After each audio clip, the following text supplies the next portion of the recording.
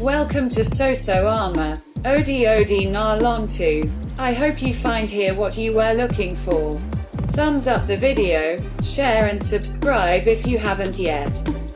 Now let's get it. Enjoy. The Enuma Elish was first recovered by Henry Layard in 1849 in Nineveh and published by George Smith in 1870s as the Chaldean account of Genesis.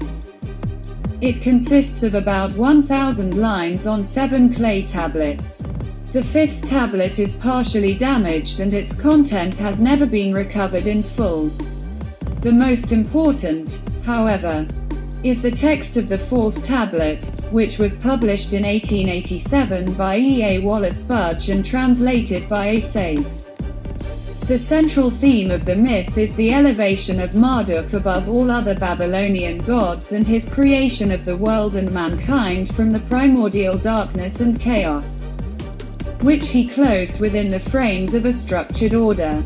Therefore, the whole story presented in the Enuma Elish is, in fact, a praise of Marduk, the creator of heaven and earth, and the Lord of the world. From the account of Akkadian rituals described in Rituals Akkadians by F. Thorough Danjan, we learn that the epic was recited in Babylon during celebrations of the New Year. On the 2nd day of the festival, a priest of Marduk recited a hymn about the victory of the god over Tiamat and her allies. On the 3rd day, artists made 2 statues for the celebrations. One holding a viper, Basmu, and the other holding a scorpion, Akrabamelu, in their left hands, which are both animals that represented the defeated monsters of Tiamat. On the 4th day, the chief priest recited the epic of creation, and on the 6th day, the heads of the statues were cut off and burned in order to reenact the defeat of Tiamat's army.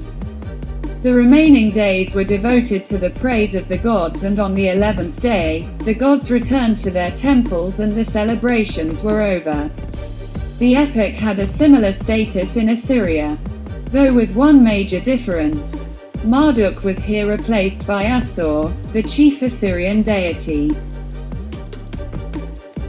According to the legend, in the beginning, there was nothing but the world of primordial waters swirling in chaos, undifferentiated and infinite.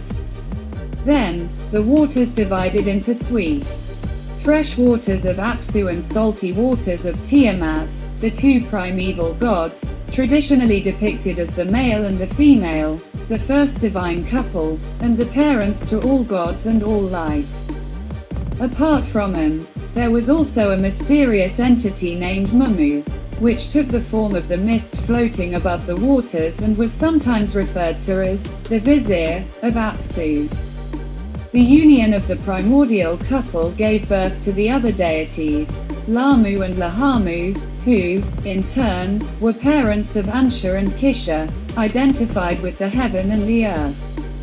These 2 had a son, Anu, who fathered Nudimmud, the greatest of the gods, god Ea. The younger gods were very loud and disturbed the sleep of Apsu, distracting him from his rest. Upon the advice of Mumu, his vizier, he decided to kill them, but Tiamat strongly opposed the plan. In order to prevent the murder, she warned Nudimmud, who put a spell on Apsu and killed him, creating his abode on the remains of his slain father. Now, Nudimmud became the chief god, and with his consort, Damkina, he had a son, Marduk, who was even more powerful than himself. When Marduk was playing with winds, creating storms and tornadoes, he disturbed the sleep of the old gods again. Enraged by the noise, they persuaded Tiamat that she should seek revenge for the death of her husband. Upon their advice, she took another consort, the god Kingu, and gave him command over her new army, the 11 terrible monsters whom she had created to fight in the war. These 11 monsters represent her 11 dark powers which oppose the powers of the light. Tiamat also bestowed on Kingu the Tablet of Destinies, a mythical emblem of the supreme authority over the universe. Until that moment, this dominion had belonged to the Mother Goddess alone, the supreme mistress of the universe and all creation. The younger gods chose Marduk as their champion and commander of their army, and endowed him with the power of the four winds. In the battle which took place between the worlds, Marduk defeated Tiamat and split her flesh into two halves. From one of them, he fashioned the earth and from the other, the sky.